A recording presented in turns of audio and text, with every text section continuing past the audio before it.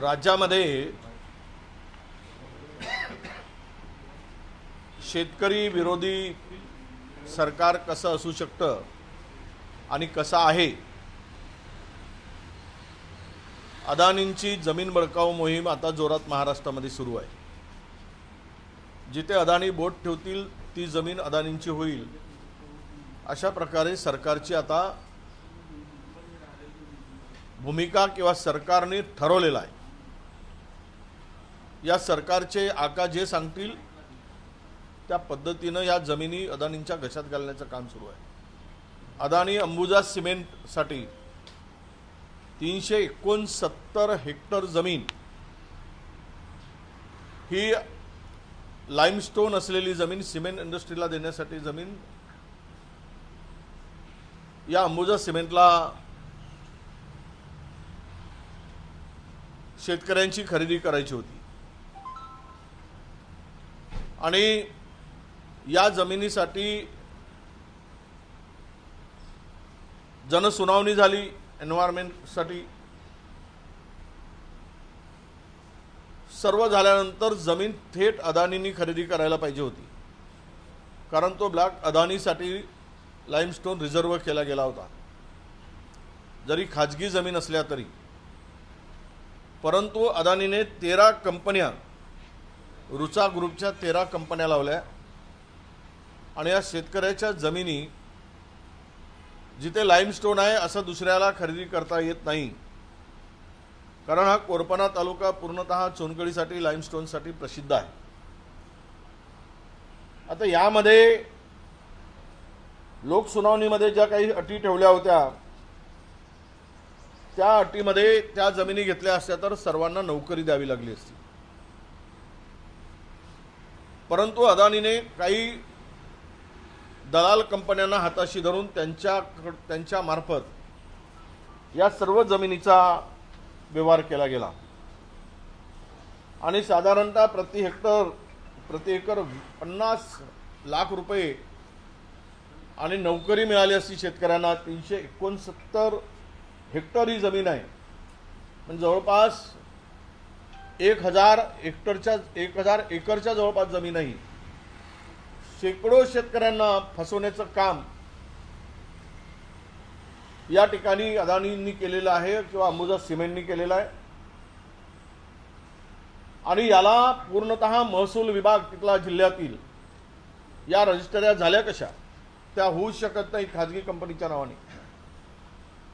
आणि खाजगी कंपनीने 20 लाख रुपये 25 लाख रुपये एकरनी जमिनी खरेदी करून जवळपास 100 कोटी रुपये कमवलेत। हे 100 कोटी शेतकऱ्याला मिळाले असते आणि त्या पोरांना नोकरी मिळाली असती शेतकऱ्यांच्या। कुठे झोपलाय प्रशासन, कुठे झोपलाय महसूल विभाग आणि कुठे झोपले आहेत आमच्या जिल्ह्यातील कलेक्टर पासूनचे प्रशासन। यामध्ये फार मोठा व्यवहार झाला आणि 29 जानेवारी 2021 रोजी झालेल्या सुनावणीमध्ये ज्या काही अटी होत्या, 7-12 उतार्यावरील एकाला नोकरी, 31 मे 2021 पर्यंत सगळे व्यवहार पूर्ण करण्याचे होते। जनसुनावणीमध्ये नोकरी न दिल्यास प्रति एकर 50 लाख आणि नोकरी मिळाल्यास 30 लाख रुपये अशी अट होती आणि अंबुजाने आश्वासन दिलं की कोणीही मध्यस्थी न ठेवता थेट शेतकऱ्यांची जमीन आम्ही करार करून शेतकरी कंपनी करार करेल। 2022 ला पर्यावरणीय मंजुरी, एन्व्हायरमेंट क्लिअरन्सची मंजुरी मिळाली डिपार्टमेंटची आणि 22 मध्ये अडानी समूहाने अंबुजा एसीसी ही जी कंपनी आहे ती विकत घेतली। 81,000 कोटींना विकत घेतली आपला 8। आणि यामध्ये प्रत्यक्षात काय घडलं तर शेतकऱ्यांना 25 लाख रुपये दर दिला गेला। नंतर यामध्ये ही सगळी मंडळी अनेक स्थानिक नेत्यांना भेटली, आमदारांना भेटली, त्यांनी त्याकडे दुर्लक्ष केलं आणि खरं म्हणजे ही खरेदी करत असताना यातून ज्या कंपन्या पुढे आल्या आहेत या सर्व कंपन्या चा पत्ता एकच आहे आणि यामध्ये प्रचंड शेतकऱ्यांची फसवणूक झालेली आहे। नोकऱ्याही गेल्या, पर्यायी शेती आणि प्रशिक्षण योजना होती ती नाही लागू केली, नुकसान भरपाईचे काही हप्ते होते तेही मिळाले नाहीत आणि अशा पद्धतीने शेतकऱ्यांची लूट करण्याचं काम हे कंपन्यांच्या माध्यमातून अंबुजा सिमेंटनी केलेलं आहे।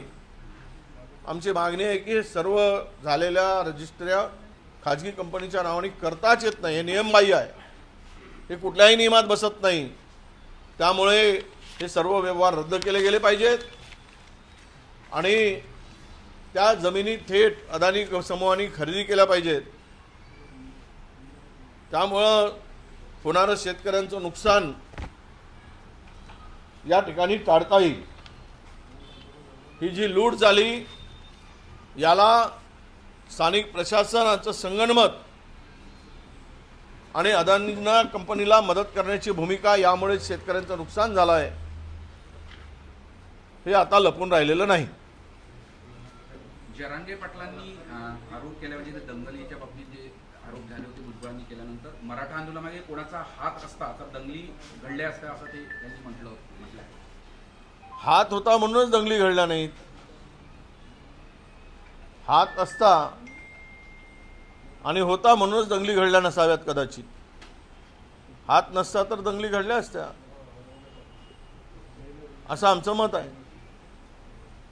लक्ष्मण हाकेंचा एक व्हिडिओ व्हायरल होतोय पैसे मागतानाचा, काय वाटतं अशा पद्धतीने करणं योग्य आहे? आता ते मी व्हिडिओ पूर्ण ऐकला, कशा पद्धतीने तो बोलला। एखादे चळवळीत काम करणारा कार्यकर्ता आहे ओबीसीचा, तो नेता फिरतोय लक्ष्मण हाके, मोठमोठ्या सगळीकडे त्याला सभेला लोक बोलवत आहेत आणि काम करत असताना एखादी जर माणूस म्हणतो की तुम्हाला मदत करायची आहे तर कोण नाही म्हणणार? काय वाईट काय आहे त्याच्यात? त्यांनी मागितलं काय? पुढच्यानी नालायकांनी त्यांनी ते त्याला बदनाम करण्यासाठी केलेलं षडयंत्र आहे। यांनी स्वतःहून मागितलं नाही, तो स्वतःहून बोलला मी तुम्हाला मदत करायला तयार आहे, तुम्ही ओबीसीचं काम करताय तर ठीक आहे बाबा कर मदत, हे काय वाईट आहे? काय फुकट झाले काय? मग हे एवढे जेवढे आंदोलन झाले सगळ्यांचे, यांनी काय पैसे घेतले नाही काय? बिना पैशानं आंदोलन केले काय बाकीच्यांनी? त्या लक्ष्मणला बदनाम करण्यापेक्षा काल चंद्रपुरामध्ये चंद्रशेखर बावनकुळे यांनी म्हटलं की मराठा जी संदर्भात जे आहे ते वडेट्टीवार असतील व भुजबळ असतील यांनी गैरसमज करू नये। गैरसमज त्यांनी करू नये ओबीसींना फसवण्यासाठी, असं बावनकुळे साहेबांना आमची विनंती आहे। सत्तेमध्ये तुम्ही आहात, उद्याची पिढी तुम्हाला माफ करणार नाही हे लक्षात घेऊन तुम्ही गैरसमज करू नका। आमचा गैरसमज नाही, तुमचा गैरसमज काय झाला असेल तर तो दूर करा, तो जी आर रद्द करायसाठी पुढे पाऊल टाका, तर या पुढच्या पिढीचं भलं होईल। नाहीतर ओबीसीची ही पिढी उद्ध्वस्त होईल आणि त्या उद्ध्वस्त पिढीच्या साठी जबाबदार तुम्ही असाल। आमदार संजय गायकवाड यांचं परत एक नवं विधान आलंय, स्थानिक स्वराज्य संस्थेच्या निवडणुकीसाठी 3-3 कोटीपर्यंत खर्च येतो आणि काही ठिकाणी तर एका व्यक्तीकडून 100 बोकड द्यावे लागतात, 100 बोकड द्यावे लागतात असं संजय गायकवाड म्हणतात। आता ते ज्याला जशी सवय तसं वक्तव्य, सवय लागली आहे। हे सगळे काय म्हणतात त्याला, खोक्यांची आणि बोक्यांची, तर ते खोके आणि बोके, बोके म्हणजे बोकडं, दोघांची सवय लागल्याच्या तोंडून दुसरं काय निघणार आहे? तेच निघणार आणि त्यामुळं त्यांच्या पोटात जे होतं ते ओटात आलं। संजय गायकवाड कधी कधी सत्य बोलतो आणि सत्य बोलून सत्य करतो असं माझं मत आहे। त्यामुळे 3 कोटी रुपये आणि 100 बोकडं, आता त्यांनी किती बोकडं पोसून ठेवलेत आणि किती कोटी जमा केलेत, किती कोटी वाटणार आहेत, तर यावर आता आम्हाला निवडणूक आयुक्तांना लिहावं लागेल की याच्यावर लक्ष ठेवा, 3 कोटी देतो की 5 कोटी देतो, 100 बोकडं देतो की 200 बोकडं देतो, लक्ष ठेवायसाठी पत्र लिहावं लागेल। स्थानिक स्वराज्य संस्थांच्या निवडणुका जवळ येत आहे आणि काँग्रेसची काय भूमिका, म्हणजे स्वबळाचे एक संकेत मिळत आहे? आता प्रदेशाध्यक्षांनी भूमिका या संदर्भात केली आहे। आमची बैठक झाली, बैठकीमध्ये जे आमचं ठरलं आहे की ज्या ठिकाणी जिथे जिथे स्थानिक स्तरावर आवश्यकता असेल तिथे आघाडी करा आणि त्या संदर्भात आमच्या उद्धवजींची बैठक झाली, पवारसाहेबांची बैठक झाली आणि या चर्चेमध्ये स्थानिक पातळीवरच्या सगळ्या नेत्यांनी तीनही पक्षाच्या एकत्र बसून चर्चा करावी असं ठरलं. काही कल लक्षात येतात, काही पावसाची अतिवृष्टी होत आहे, त्यामुळे अनेक शेतकऱ्यांचं नुकसान होत आहे, परंतु सरकार कुठेतरी कर्जमाफी करत नाहीये, काय वाटतं? आहे काय, भिकारी झालेलं सरकार आहे, लुटून महाराष्ट्राला खालेलं आहे. कंगाल सरकारकडून अपेक्षा काय करायच्या? ज्यांनी महाराष्ट्र लुटला आहे, महाराष्ट्र उद्ध्वस्त केला आहे, महाराष्ट्र कर्जबाजारी केला आहे, सत्तेमध्ये येण्यासाठी ज्या गोष्टी त्यांनी करायला पाहिजेत त्या सर्व नियम गुंडाळून, कायदे गुंडाळून, तिजोरीची पर्वा न करता सर्व केले, सत्तेत आलेत. लोकप्रिय गोष्टी करत असताना महाराष्ट्र विकून यांना सत्तेत यायचं होतं, ते त्यांनी केलं आता. आणि म्हणूनच आज महाराष्ट्रामधील शेतकऱ्याला कर्जमाफी देता येत नाही आहे आणि सरकारची आपला भूमिका ही शेतकऱ्यांच्या संदर्भात दुय्यम आहे, हे आता स्पष्ट झालेलं आहे. आणि म्हणून जे नुकसान झालं आहे, जवळपास 32 लाख हेक्टरचं नुकसान या अतिवृष्टीमुळे अनेक भागामध्ये झालं आहे. कापूसापासून, सोयाबीनपासून, फळबागापासून तर अनेक पिकं खरीपाची हातातून गेली. त्यांना मदत करण्याची आवश्यकता होती. फार निवडणुकीच्या पूर्वी 3 हेक्टरपर्यंतची मदत दाखवली, जी आर बदलला आता 1 हेक्टरवर आलेत. काय त्याच्याने होणार आणि तेही पैसे कधी मिळतील यांचा भरोसा नाही. पंचनामे करा. हे पंचनाम्याने काय शेतकऱ्यांचा पंचनामा होतोय आणि हे पंचनामे करायला लावलेत. उद्ध्वस्त झालेल्यांना लवकरात लवकर कर्जमाफी दिली पाहिजेत आणि 50,000 रुपये प्रति हेक्टरी मदत केली तर शेतकरी सावरेल. पण बिल्डरांना पोसणारं सरकार, दणदणग्याच्या पाठीमागं उभं असणारं सरकार आणि कंत्राटदारांच्या कडून कमिशन खाणारं हे सरकार शेतकऱ्यांना कुठे मदत करणार आहे? एबीपी माझा, उघडा डोळे बघा नीट.